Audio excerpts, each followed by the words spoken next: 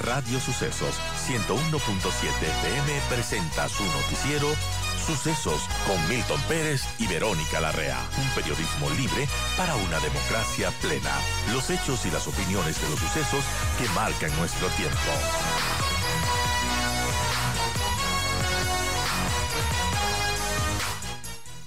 Yo doy la bienvenida a Arduino Tomasi. Él es investigador.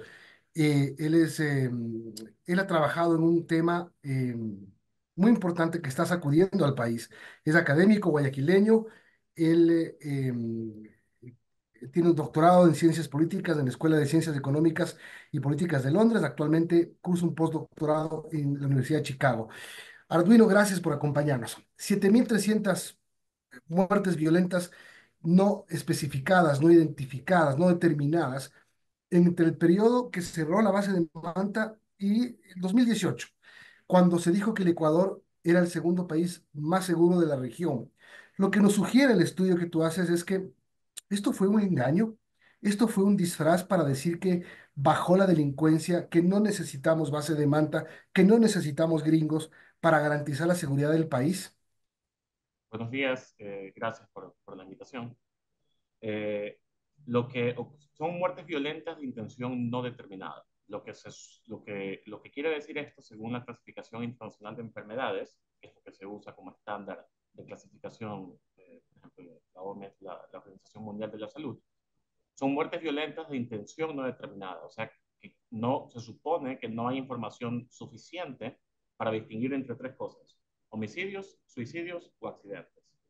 El fenómeno que ocurrió, fue que mientras la tasa de homicidios iba a bajas quizá no, nunca, las más bajas quizá de la historia del Ecuador, es que esta tasa de muertes de intención no determinada, por ejemplo, estrangulamientos de intención no determinada, disparo de arma corta de intención no determinada, iban en aumento. Y el aumento era tan grande que en el año 2014 hubo más muertes violentas de intención no determinada que homicidios. Y eso es una anomalía estadística. Pensando ahora intuitivamente en términos de incentivos, los políticos, todo político, siempre va a tener este incentivo de mostrar como si las cosas fuesen mejor de lo que en realidad son. En el caso específico de Alianza País no le es ajena la crítica hacia la forma en que ellos utilizan, por ejemplo, las cifras. Está, por ejemplo, hubo en su momento una pequeña controversia, no, una controversia sobre las tasas de endeudamiento. Entonces, en su momento se dijo que estaban intentando clasificar ciertos tipos de deuda de manera tal que no figuren como tal y no se pase el techo constitucional de la deuda. El incentivo electoral está ahí. Usted, como investigador, Arduino, aquí está el gráfico para la gente que nos sigue por las redes sociales y se puede ver cómo la línea de arriba es la de las muertes, la de los homicidios, y la línea de abajo son las muertes violentas no determinadas y cómo van subiendo. Cae la una, sube la otra y como tú decías, en 2014 sobrepasa. Esto desde el ámbito estadístico, desde la investigación, ¿esto es posible? Es una anomalía. Y de hecho es algo que lo positivo de que este tema, que yo creo que merece discusión, en la medida en que creo que Ecuador merece transparencia, ya hay, por ejemplo, médicos que están investigando este tema. Hay un médico conocido, uno de los más grandes investigadores de médicos de Ecuador, Esteban Ortiz, y él en efecto confirma esto. Y desde su punto de vista como salubrista, él hace la analogía de que es equivalente a, por ejemplo, que haya existido un brote de un virus, por ejemplo. Es una Ujú. anomalía. Y es quizás más preocupante si vamos a las causas, porque hay una serie de causas de las muertes de intención no determinada. Por ejemplo, disparo de arma corta, estrangulamiento de intención no determinada, etc. Pero hay una en especial que tiene un código que es Y34, que es evento no especificado de intención no determinada. La parte de intención no determinada significa que no se sabe la intencionalidad: accidente, suicidio o homicidio. La parte de evento no determinado quiere decir que ni siquiera sabemos cuál fue la causa de muerte. No sabemos si murió por estrangulamiento, no sabemos si murió por ahorcamiento o por disparo de arma corta. Y esa categoría es ocupa un lugar bastante importante, más de 2.000 muertes clasificadas como evento no determinado de intención no determinada. Y la única Ahora, forma de saber la causa de muerte en este momento sería exhumar los cadáveres, y son más de 2.000. esta anomalía empieza a producirse coincidencialmente o no, después de la salida de los militares estadounidenses de la base de Manta en septiembre de 2009.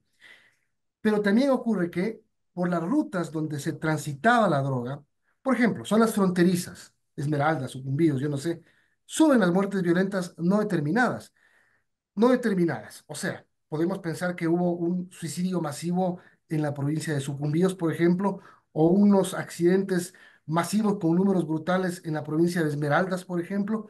Eso no es lógico. Exactamente. Yo creo que la pieza clave, al menos a mí, en mi opinión, la pieza clave que es el lugar de donde emergen estas muertes violentas de intención no determinada, porque estas muertes ocurren en especial en las rutas de la cocaína. Cada vez que caen las incautaciones de la cocaína, estas muertes de intención no determinada se disparan y se concentran geográficamente en las zonas, por ejemplo, como las fronteras con Colombia, donde se concentran ahí. Entonces, en estas muertes se supone de intención no determinada no podemos distinguir si son accidentes, suicidios o homicidios.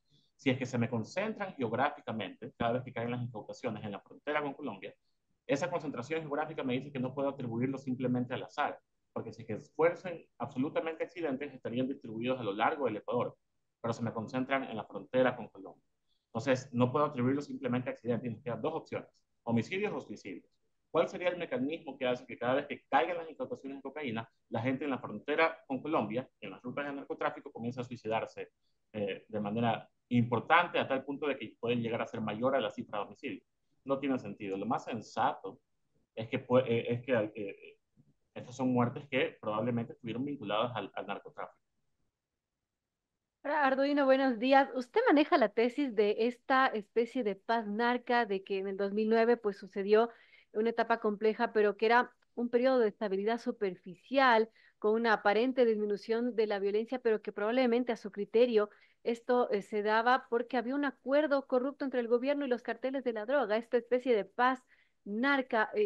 ¿Por qué afirmamos esto? ¿Qué tenemos elementos para sustentar esta hipótesis que se podía pensar que, bueno, hubo este acuerdo en el gobierno y estas organizaciones o estos carteles de la droga? Sí, yo creo que primero el contexto. Yo creo que, lo he dicho en otras entrevistas, yo creo que los periodistas han hecho un trabajo magnífico recopilando evidencia cualitativa, que es lo que ha habido. Por ejemplo, el financiamiento de la campaña, la evidencia que hay de que el mono Jojoy, por ejemplo, financió la campaña de Rafael Correa, el informe de angostura del doctor Francisco Huerta, que en paz descanse, que en su momento nos venía advirtiendo de que Ecuador estaba tomado por el narcotráfico y que el Ecuador tenía el riesgo de convertirse en una narcodemocracia. Él lo venía diciendo desde por lo menos en 2010. Hay una serie de casos, el desmantelamiento de, la, de ciertas inteligencias. Es en ese contexto donde ocurre estas estadísticas. Entonces, en ese contexto, que las estadísticas reflejen que las muertes, cada vez que caen las incautaciones, estas muertes se disparan y se disparan precisamente en las zonas en el narcotráfico. Yo creo que la explicación más sencilla es que tuvo que haber habido un acuerdo con los cárteles de la droga, porque de lo contrario, ¿por qué se clasifican como muertes de intención no determinada en lugar de figurar como homicidios? Ahora, cuando hablamos de muertes de intención no determinada, también se nos viene a la mente una falta de operatividad, de profesionalismo de los equipos forenses, de la Fiscalía, de la Policía Nacional, etcétera. ¿Qué pasa con familiares de estos muertos que no siguieron procesos para esclarecer estas muertes? Eh, Se puede pensar que hay falta de trabajo, de prolijidad, de expertise de parte de las autoridades forenses para no poder identificar tantos casos de muertes no especificadas. De hecho, hay un informe de la ONU que salió en 2010, que lo estaba revisando, donde un experto de Naciones Unidas ya venía diciendo que la impunidad en Ecuador es demasiado alta. Creo que más del 90% de los casos, bueno, o no al 100%, pero más del 90%, terminan en impunidad. Yo creo que la impunidad en Ecuador se ha normalizado. Ahora, el detalle específico de cómo operó o de por qué se clasificaron de esa manera, eso es algo que lo tienen que alguien tiene que rendirnos cuenta sobre esto, porque manipular las estadísticas, yo, por ejemplo, idealmente lo que se debería hacer es tener una partida de defunción, digamos que la puede hacer un médico, y cotejarla para ver si es que en realidad corresponde a la base de datos del INEC. Eso es lo que idealmente se debería hacer. Porque yo puedo tener las partidas médicas bien hechas con la causa de muerte, pero en el momento que me toque registrarlas y procesarlas como instituto de estadísticas, yo puedo simplemente cambiar la causa. Entonces yo creo que en ese sentido es necesario. La irregularidad es tan grande que necesita haber una auditoría para que se coteje, por ejemplo, a ver si es que no ha habido una manipulación, porque ahí pudo haber habido una manipulación. Otra cosa que pudo haber ocurrido es simplemente un periodo, y también por el contexto. Es curioso que en un contexto donde hay inversión social alta, se contrajo deuda para mejorar las capacidades estatales, que los sistemas periciales hayan empeorado. Ujú. Es muy curioso. A mí me sorprendería que mientras más inversión das a tus capacidades estatales, peores se vuelvan tus capacidades periciales. Ahora, hay otras cifras que también se destapan luego de el incremento anómalo de las muertes no especificadas. Y aquí está el gráfico nuevamente, que voy a poner aquí, y este es el de el tráfico de menores, como en los años 2009, del 2009 al 2011, suben de manera abrupta. Y también las desapariciones. Aquí está la línea de desapariciones que va también desde el año 2009. Es decir, esas tres cifras, esos tres indicadores sí coinciden. Las muertes no especificadas, el tráfico de menores y las desapariciones. Exactamente. Siempre existe la posibilidad de que sea una anomalía estadística este fenómeno. Puede que sea una anomalidad de que cada vez que caen las incautaciones de cocaína, estas muertes de intención no determinada aumentan. Puede ser una casualidad que aumenten justamente las zonas de narcotráfico y puede ser una casualidad que se me concentren geográficamente en lugares como la frontera con Colombia. Entonces, por eso es que hay que buscar otras expresiones del fenómeno del crimen. Y uno de los fenómenos es, por ejemplo, la trata infantil. Y esa trata infantil también se me dispara. Los reportes de desapariciones, las denuncias de desapariciones, también se disparan. Entonces, cada pieza de evidencia adicional que uno pensaría que está asociado justamente que son como los males que vienen con el narcotráfico, se refuerzan mutuamente. Entonces tenemos un cúmulo de evidencia que apunta exactamente en la misma dirección. Y esa dirección es que la salida de la base de los militares estadounidenses de la base de Manta tuvo efectos en la actividad criminal organizada en el Ecuador. Después de hacer público toda esta investigación, Arduino, eh, ¿ha recibido alguna explicación que por lo menos te haga pensar que se puede revisar todo lo que se indagó, todo lo que se investigó? Porque la parte afectada, digamos, el correísmo, eh, ¿qué ha dicho?